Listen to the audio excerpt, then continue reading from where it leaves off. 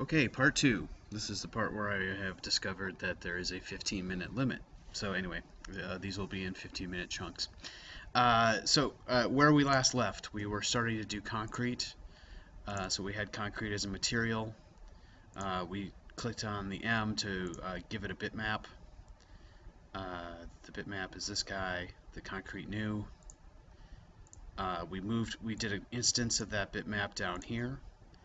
And now we were in the reflect and it says bitmap there, and we changed that bitmap to a color correction map. And then we're going to keep the old map as a submap, which is really important. That's sort of the whole point of doing this. We can kind of use this. And now because it's an instance, it's linked to the map that's in the diffuse slot. So we'll change that to monochrome and go back up. So when we change it to monochrome, it essentially just ensures that we've created it as a values map. Not a color map, so that in the reflect, in anything but diffuse, V-Ray is looking for a value, and it's a black to white value, and it's sort of a number that it assigns to that value, and that's how it determines how the material interacts with light. So I'm gonna copy this again down to the reflect glossy after I've made it as a color correct, so I can see it in both. And now I can start to see what's going on. It's starting to really look like concrete down there. And I'm going to do that color correct yet again. And I'm going to put that down in the bump as an instance. So there it is, probably a little more bumpy than I really want it to be, so I can just make that a subtle effect. Maybe I want to bring that down to like 5, just so that it's a subtle effect. And then I might want to tweak how reflective I want the concrete to be. In reality, this actually looks pretty good. This is probably about what I want concrete to do if it's not polished or in any way treated or trawled, anything beyond just sort of a trawled smooth finish and left dry. It's probably good enough. But if I want to mess around with it, what I can do with the color correct map, I only have to go into one of them because they're all linked together, and I can mess around with the brightness and contrast. And the brightness will affect the amount, essentially the amount of reflectivity. The contrast will essentially affect how that reflection is affected by variations along the material surface. And the important thing to remember is that when I do it this way, I'm really doing it in such a way that the reflection, the reflect glossiness, and the bump are all in line with the diffuse color of the material. So if you're trying to do concrete in some cases where the way that it reflects is different than the way that the material is in color, you may want to use different maps, in which case you could go in here and change it to another map. But I would suggest for this exercise and this assignment just leaving them the same. So that's kind of starting to look interesting. It looks like the amount of reflection might be okay, maybe a little bit more. But the contrast maybe I want to be a little higher. I can play around, and these little preview windows are not, perfect either. They're not a perfect representation of how it's going to render. So sometimes you just have to give it your best eye in here and then throw it into the model, or just do a test render and see how it goes and see how it looks, and then come back and adjust. But we're going to call that good for our concrete. For the wood, we're going to do the same thing. Copy down as an instance, lock, Fresnel, change to color correction, talking like robot, keep as submap, monochrome, and up.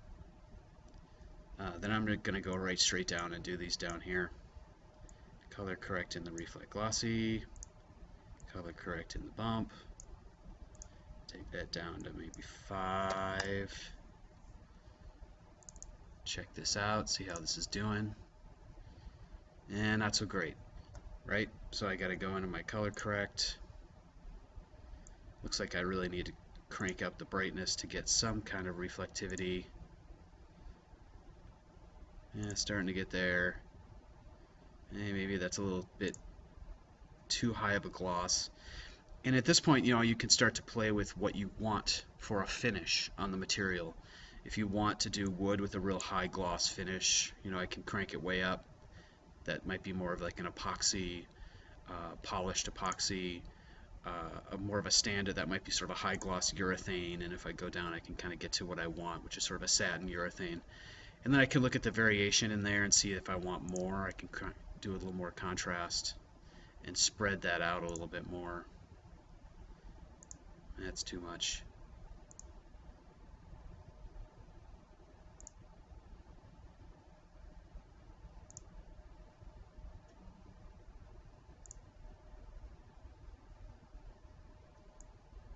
Something like that. And then I can, what you can see here are all these little splotchies going on over here.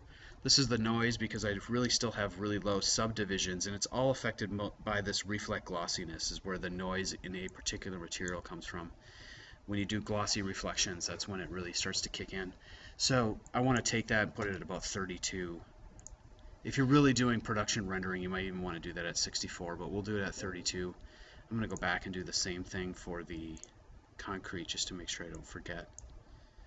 Anything where I'm doing reflect or glossy reflections, I want to make sure I keep those subdivisions high. So the next material we'll do is the stone steps.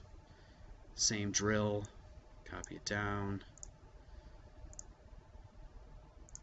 color correct, keep it, monochrome it, L, check, copy it, OK,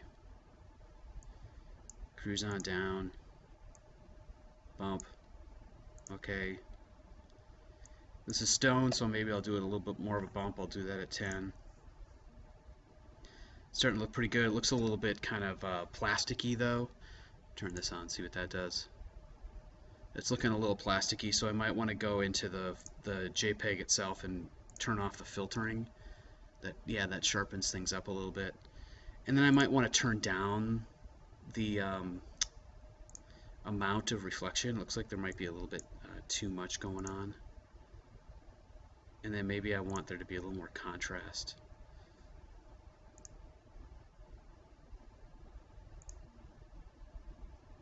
Stone has a pretty good amount of contrast, especially when it's from one tile to the next, so I can get lots of variation like that. So I'm going to call that good. This next material is the foreground. V-Ray foreground is what comes up, and this is a residual that comes in from SketchUp when you save it as a 3ds file. So what you want to do is delete it. So if you have it selected here and you go to Material, Select by Material, hit Select, then push the Delete key, and it's gone. And I'm just going to make it go away forever. I'm going to do that so it's not there. This is the V-Ray front color. So this is my front side color. This is the basic white. It's the wall white. So in the ceiling, the basic just sort of a surface. So I'm gonna do this as if it were a plaster, and I'm gonna do that by the diffuse color. I'm gonna use as sort of the paint color, the finished paint color on the plaster.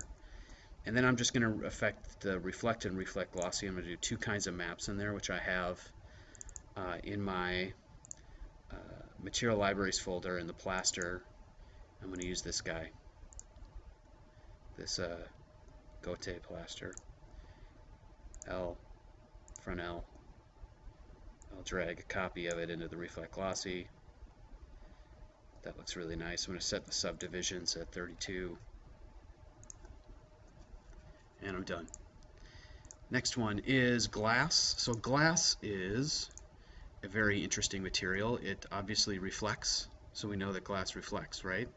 The way that glass reflects is a little bit funny. It has a bit of a way of reflecting more when we see it at a more oblique angle. So the way to do that is to give it a fall-off map. A fall-off map in V-Ray allows you to manipulate the reflection of something based on the angle you're looking at it. So we'll click on this little guy for the map. Click on the fall off, click OK, go back up to parent, click on our L and our Fresnel, and then we want to make it refract because glass refracts. So we want to go almost to white. 250 is a little, that's 248, something like that.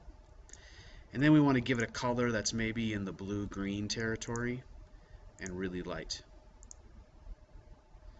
Glass does have a color, always. Even clear glass has a bit of this sort of a color, most commonly has that color. And that's glass. Next one is the light veneer. So what I can do on this is the same as I did for this one, for the dark veneer. Copy her down. I'm going to change that to a color correct map. Monochrome. Fresnel it. Copy that down to there. Bring that down to the bump. Dial that down to 5. Go into my color correct. Mess around with the brightness and contrast until I get something I like.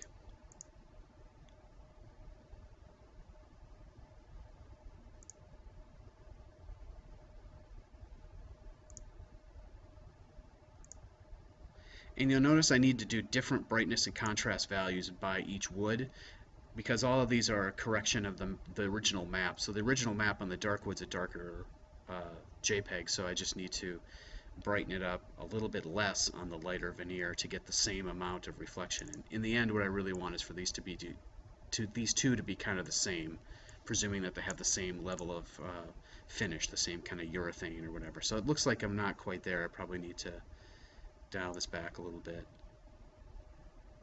and maybe the contrast is a little too high. I'm going to call that good enough. So the next is this V-Ray skirting, which is just the baseboard of the cabinet. And the way you can kind of see it, if I click on this window and zoom in, to figure out what this material is, I can go material, select by material, select, and then what's white in here I can see is that skirting in the material. I'm just going to make this a simple painted steel, and I'm going to do it all with values. So I'll turn that down to like a lower black. I'll give it a reflect that's maybe in this range. I'll lock that in and Fresnel it, and I'll turn down this to maybe a 0.8, something like that. It makes it seem kind of like a painted metal. Maybe it could even be a 0.85. And because I'm doing that, I need to set that to 32. And there's my painted metal.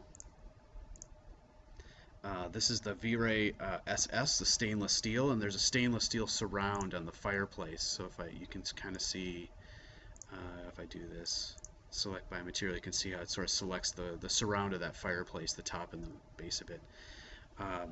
So stainless steel obviously has a high level of reflectivity. Lock that in.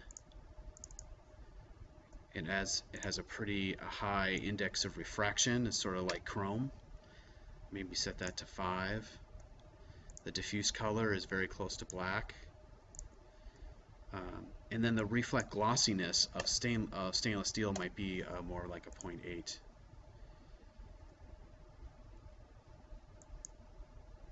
I think I might want to mess around with some of these things to make this a little bit more realistic.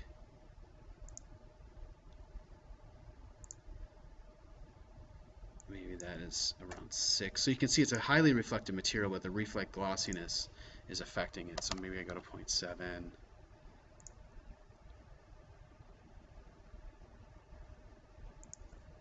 0.65, who knows? I'll just sort of mess around with that.